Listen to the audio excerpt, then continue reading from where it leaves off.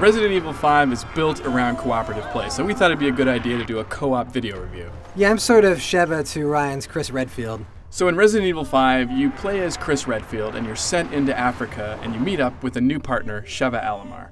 Chris and Sheva's mission is to stop a deal for biological weapons that's going down in the Kijuju region of Africa. In fact, this is sort of ripped off a plot of 24, I believe. The storyline here is meant to close out the Chris Redfield story arc, and you have past events, those are all brought up, and some mysteries are solved, some questions are answered. This is really a game, at least for the story-wise, that is meant for people who have played a bunch of other Resident Evil games. The first thing you'll notice with Resident Evil 5 is the game looks phenomenal. It performs really well, the environments look great, the scenery is just stunning. Obviously, this is on a new generation of consoles, and it's been built that way, so you get these amazing explosions, the fact that you can actually play online co-op, have it run seamlessly. I mean, every once in a while there's some screen tearing, but for the most part the environments are gorgeous. There's great texture work. I think this is one of the first current gen games that can actually stand toe-to-toe with a game like Gears of War, just in terms of the overall visual punch that it has.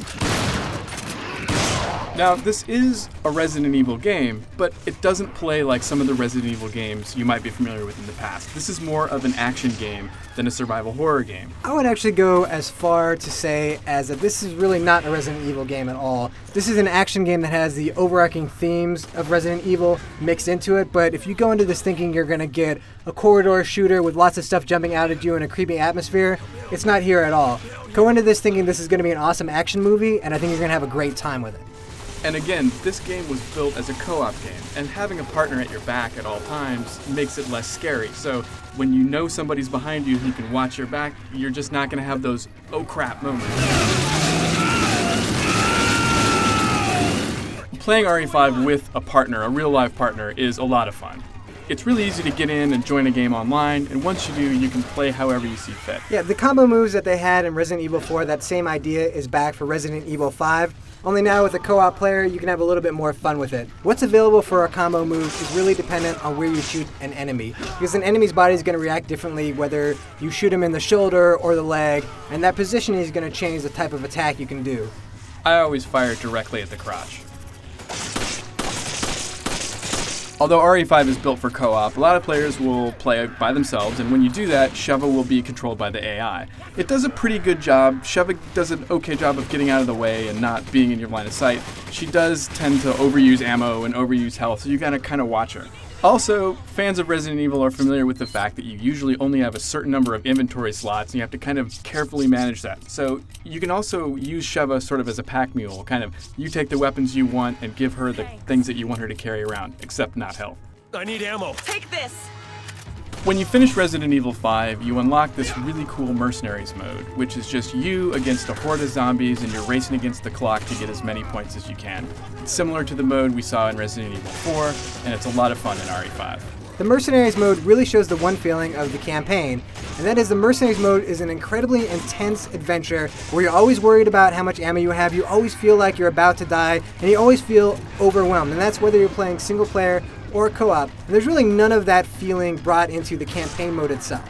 And that feeling that Hill was just describing is that classic Resident Evil feeling of always on the edge, almost about to die, almost a crisis, and it's kind of strange that the only time you feel that really is in the Mercenaries mode in RE5. Resident Evil 5 is a great action game, but I'd say it's not really a Resident Evil game in the traditional sense. Now this is a game that I never got bored with. There was never a moment in Resident Evil 5 where I kind of said to myself, I just wish this was over. It's from start to finish, I just wanted to play more and more, and honestly, the minute that I finished it, I said to myself, man, I can't wait to go run through back again, with my shotgun with unlimited ammo or my Magnum with unlimited ammo, and just blow the crap out of stuff. You're so cheap. However, I did find it was a little bit too easy, at least on the normal mode when I first played through. I really wasn't finding the challenge that I was expecting from a Resident Evil game.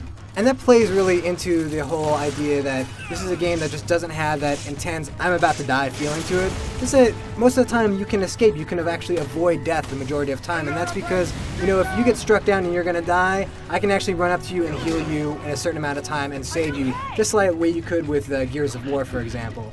And you always feel like you have a safety net. This may not be the game that Resident Evil fans expected, but it's still a great game. As far as third-person action games go, if you Forget the fact that this is a Resident Evil game. I think this is one of the best ones that we've seen so far on this generation. It's just when you factor in that idea that this is supposed to be Resident Evil, that it comes up slightly lacking just because it doesn't have that horror element to it that we've come to expect from the franchise. They've really taken Resident Evil in a new direction with this game, and if you were really looking forward to a kind of a new take on that classic Resident Evil feel, this will definitely fit the bill.